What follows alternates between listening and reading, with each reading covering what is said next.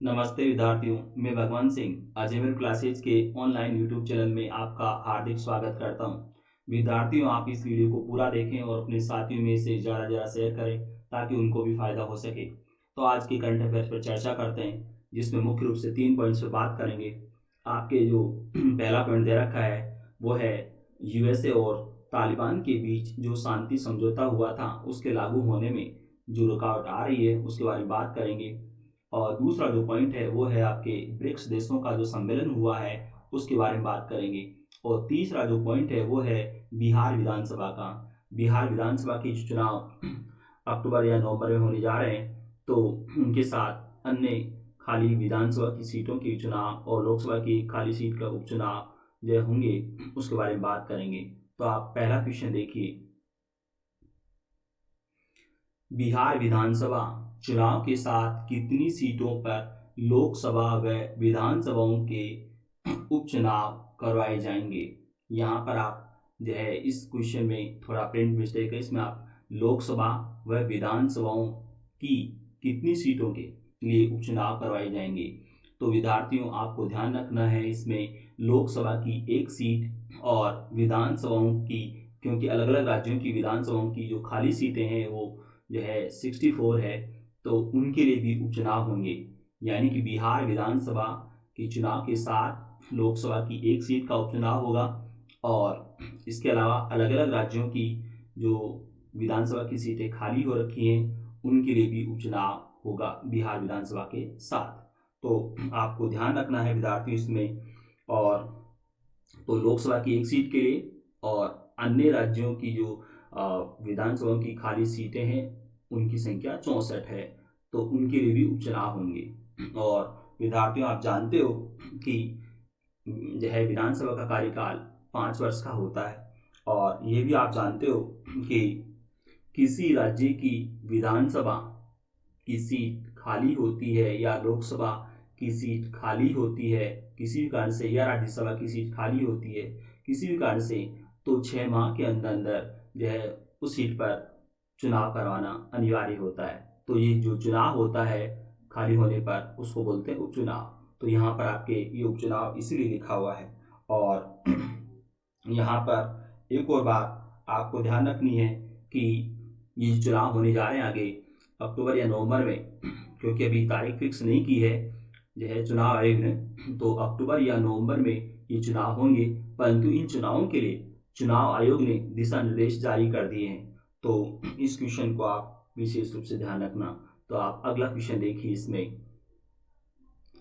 अप्रैल जून, यानी कि अप्रैल से जून तक, अप्रैल मई जून की 3 तिमाही में अमेरिका की अर्थव्यवस्था में कितने प्रतिशत की गिरावट आई है। तो राइट आंसर है 9.1%। विद्यार्थियों, क्वेश्चन महत्वपूर्ण है और यहाँ पर जो आपके लिखा हुआ है कि अप्रैल से जून की तिमाही में अमेरिका की अर्थव्यवस्था में कितने प्रतिशत गिरावट आई है, तो 9.1% की गिरावट आई है। और क्योंकि जानते हो आप विद्यार्थियों कि कोरोना महामारी का दौर अभी भी चल रहा है, तो इसलिए यहाँ अमेरिका की अर्थव्यवस्था में भी ये गिरावट आई है, या यूँ कहें कि वहाँ की जीडीपी की दर में गिरावट आई है। परंतु इसकी ये क्वेश्चन महत्वपूर्ण है, इसलिए इसके बारे में थोड़ी मैं आपको अतिरिक्त जानकारी दे देता हूँ। तो विद्यार्थियों, आपको मैं बताऊं कि दुनिया की जो प्रमुख अर्थव्यवस्थाओं की तुलना में अगर भारत की बात करें, तो अप्रैल से जून की पहली तिमाही में भारत की जीडीपी में सबसे बड़ी 23.9% की गिरावट आई है। विद्यार्थियों, भारत की अर्थव्यवस्था में गिरावट जो आई है, या यूं कि जीडीपी में जो गिरावट आई है उसको आप याद रखना, 23.9% की गिरावट आई है भारत की जीडीपी में। और अमेरिका का मैंने आपको बता ही दिया 9.1%। वहीं अन्य देशों की, अन्य जो विकसित देश हैं उनकी बात करें, अमेरिका के अलावा जो अन्य विकसित देश हैं उनकी बात करें, तो जापान में 9.9%, इटली में 17.7%, फ्रांस में 18.9%, ब्रिटेन में 21.7%, स्पेन में 22.1% की गिरावट आई है। तो विद्यार्थियों, ये इतने सारे आपके डाटा आपको याद नहीं रह पाएंगे, परंतु जो क्वेश्चन बनते हैं आपके आने लायक, तो उसमें एक आप तो अमेरिका का क्वेश्चन तो खैर याद रखना है ही, इसके अलावा जापान का आपको याद रखना है। तो जापान की जीडीपी में गिरावट आई है 9.9% की, वो आपको याद रखना है। और एक आपको याद रखना है स्पेन का, वहाँ पर गिरावट आई है 22.1% की। और भारत के बारे में मैंने आपको बता दिया, 23.9% की गिरावट आई है, जो कि इन देशों की तुलना में बहुत ज़्यादा है। तो विद्यार्थियों आप अगला क्वेश्चन देखिए। 4 सितंबर को वीडियो कॉन्फ्रेंस के माध्यम से, विद्यार्थी इसमें वीडियो शब्द जैसे छूटा हुआ है, 4 सितंबर को वीडियो कॉन्फ्रेंस के माध्यम से आयोजित ब्रिक्स देशों के विदेश मंत्रियों के सम्मेलन की अध्यक्षता किसने की है? किसने की? तो राइट आंसर है रूस के विदेश मंत्री सरगेई लावरोव। विद्यार्थियों आपको इसके बारे में थोड़ी मैं जानकारी दे देता हूं, और क्योंकि विद्यार्थियों वैसे तो आप जानते हो कि ब्रिक्स या जिन देशों का संगठन है वो देश हैं ब्राजील, रूस, इंडिया, चीन और साउथ अफ्रीका। तो ये जो देश हैं 5, तो इनके पहले अक्षर, इन देशों की स्पेलिंग के पहले अक्षर से एक शब्द बन गया ब्रिक्स, BRIC। तो बी से ब्राजील, आर से रूस, आई से इंडिया, सी से चीन, एस से साउथ अफ्रीका। तो एक शब्द बन गया ब्रिक्स। तो ब्रिक्स देशों की अगर बात करें तो विद्यार्थियों आपको मालूम होना चाहिए, पहले इस संगठन का नाम था ब्रिक, BRIC, परंतु बाद में साउथ अफ्रीका के शामिल होने पर इसका नाम हो गया ब्रिक्स। और तो ये वीडियो कॉन्फ्रेंस के माध्यम से ये जो सम्मेलन हुआ है, तो इसकी अध्यक्षता जो रूस के विदेश मंत्री सरगेई लावरोव ने की है। और इसके अलावा एक और बात मैं बताऊं इसमें कि भारत के विदेश मंत्री जो कि इसमें शामिल हुए सम्मेलन में, तो इसमें विदेश मंत्री एस जयशंकर ने इन देशों से यानी ब्रिक्स के देशों से आतंकवाद के खतरे से निपटने के लिए सहयोग बढ़ाने का आह्वान किया। विद्यार्थियों इसमें आपके जो विदेश मंत्रियों के नाम दे रखे हैं ऑप्शन में, इनको हो सके तो आप याद रखना। विशेष रूप से चीन के विदेश मंत्री का नाम तो आप याद रखिएगा। इसमें जो आपके नाम जो दे रखे हैं, तो ब्राजील के विदेश मंत्री हैं एर्नेस्टो, चीन के विदेश मंत्री हैं वांग यी, और रूस के विदेश मंत्री सरगेई लावरोव, और दक्षिण अफ्रीका के विदेश मंत्री हैं ग्रेस नालेदी पेंडोर, और भारत के विदेश मंत्री के नाम को आप जानते ही हो, तो एस जयशंकर। तो विद्यार्थी इसमें आपको अतिरिक्त जानकारी के तौर पर ध्यान रखना है कि ये कितने देश हैं इसमें, यानी कि ब्रिक्स में ये कितने देश हैं, तो आपको याद स्पेलिंग से नाम याद हो गए वैसे ही। और दूसरा आपको याद रखना है कि इसकी अध्यक्षता किसने की है, ये भी आपको याद रखना है। तो आप अगला क्वेश्चन देखिए, डेबोरा लॉस कौन है? तो यहाँ पर डेबोरा लॉस का राइट आंसर है संयुक्त राष्ट्र महासचिव की अफगानिस्तान में विशेष प्रतिनिधि। तो विद्यार्थियों क्वेश्चन महत्वपूर्ण है, इसलिए इसके बारे में भी मैं थोड़ा आपको जानकारी दे देता हूँ।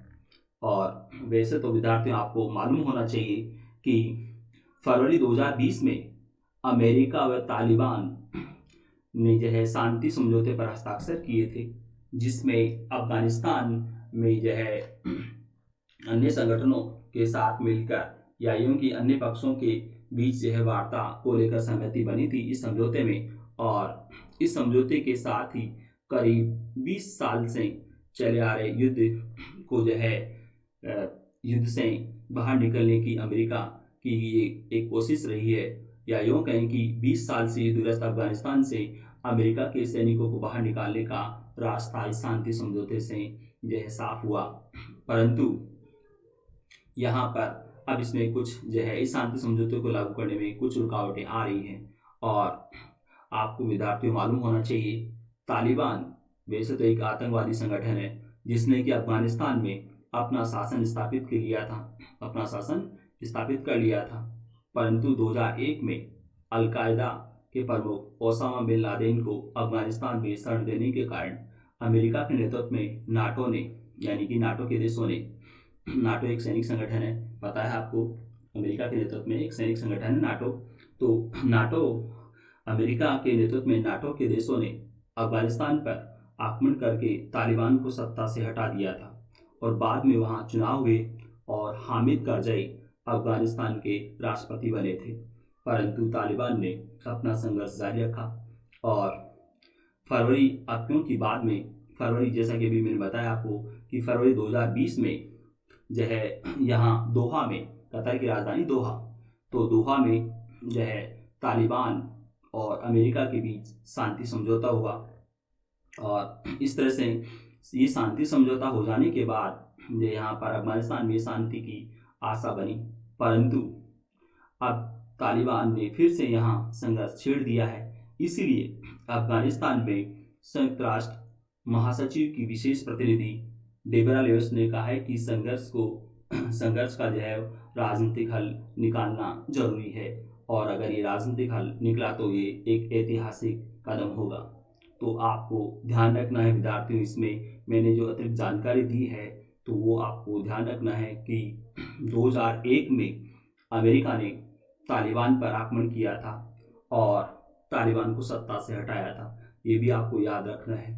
और जानते हो ओसामा बिन लादेन के बारे में, तो क्योंकि 2001 में ओसामा बिन लादेन ने ही अमेरिका के वर्ल्ड ट्रेड सेंटर पर आक्रमण करवाया था, तो इसी वजह से अमेरिका ने फिर अफगानिस्तान पर आक्रमण किया, क्योंकि अफगानिस्तान ने ही यह ओसामा बिन लादेन को, यानी कि तालिबान ने ओसामा बिन लादेन को अपने यहाँ संरक्षण दिया था।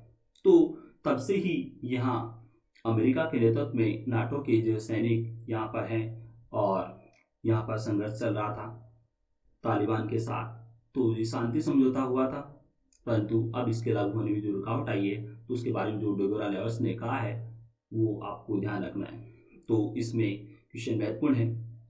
अगला क्वेश्चन देखिए आप, सऊदी अरब के बाद किस पश्चिमी एशियाई देश ने भी संयुक्त अरब अमीरात से इजराइल के लिए आने और जाने वाली सभी उड़ानों को अपने हवाई क्षेत्र से गुजरने की अनुमति दी है?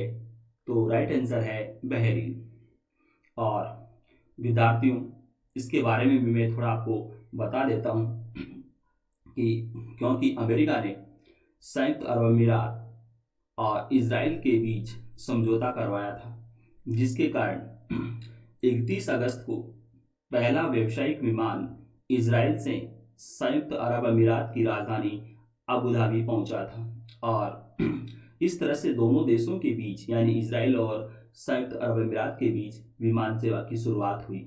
और क्योंकि आपको पता है अरब देशों और इजराइल के बीच जो है वो राजनीतिक संबंध नहीं रहे हैं, परंतु अमेरिका ने जो है संयुक्त अरब अमीरात और इजराइल के बीच समझौता करवाया और इन दोनों देशों के बीच जो है ये उड़ान सेवा, यानी कि हवाई सेवा या यानी कि विमान सेवा शुरू हुई। और अब क्योंकि सऊदी अरब ने बहरीन से इजराइल और इजराइल से बहरीन आने वाले विमानों को अपने हवाई क्षेत्र से गुजरने की अनुमति दे दी सऊदी अरब ने, और उसके बाद अब बहरीन ने भी ये अनुमति दे दी है। तो आपको इसमें सऊदी अरब का नाम भी याद रखना है, जिसने सबसे पहले ये अनुमति दी अपने हवाई क्षेत्र से गुजरने की, और अब बहरीन ने भी ये दे दी है। तो ये क्वेश्चन भी महत्वपूर्ण है। अगला क्वेश्चन देखिए आप, न्यूजीलैंड से 5,800 गायें लेकर रवाना हुआ किस देश का जहाज पूर्वी चीन सागर में डूब गया? तो राइट आंसर है जापान। ये जापान का था जहाज जो डूबा है। और तो इसमें आप अगला क्वेश्चन देखिए, स्टार फुटबॉलर लियोनेल मेसी किस देश के हैं जिन्होंने अगले सत्र तक बार्सिलोना क्लब के साथ ही रहने की घोषणा की है? तो राइट आंसर है अर्जेंटीना। यानी कि लियोनेल मेसी अर्जेंटीना के हैं, परंतु वो बार्सिलोना क्लब के साथ जुड़े हुए हैं, यानी कि बार्सिलोना क्लब की तरफ से खेलते हैं। और विद्यार्थियों, आप जानते हो बार्सिलोना क्लब स्पेन का है। और यहाँ पर एक और बात आपको मालूम होनी चाहिए कि लियोनेल मेसी ने अभी हाल ही में इस बार्सिलोना क्लब को छोड़ देने की घोषणा की थी कि वो इस क्लब के लिए अब नहीं खेलेंगे, घोषणा कर दी थी इस क्लब को छोड़ने की।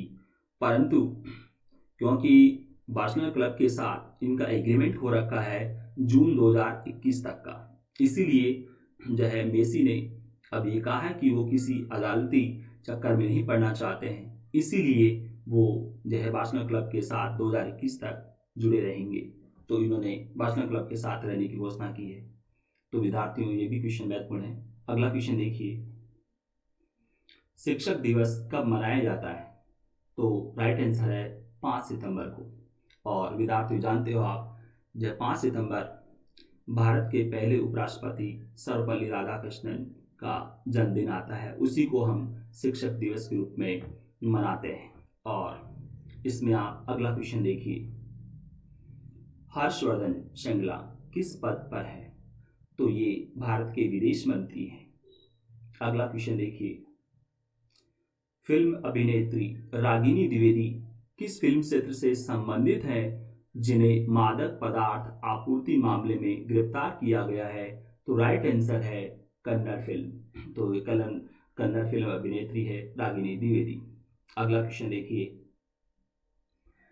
किस फिल्म अभिनेता ने पबजी की टक्कर में नया गेम, विद्यार्थी गेम शब्द है, नया गेम फौजी लाने की घोषणा की है? तो ये फौजी जो शब्द है, तो इसमें आपके ब्रैकेट में जो लिखा हुआ है फियरलेस एंड यूनाइटेड गार्ड्स, ये भी आप शब्द याद रखना पूरा।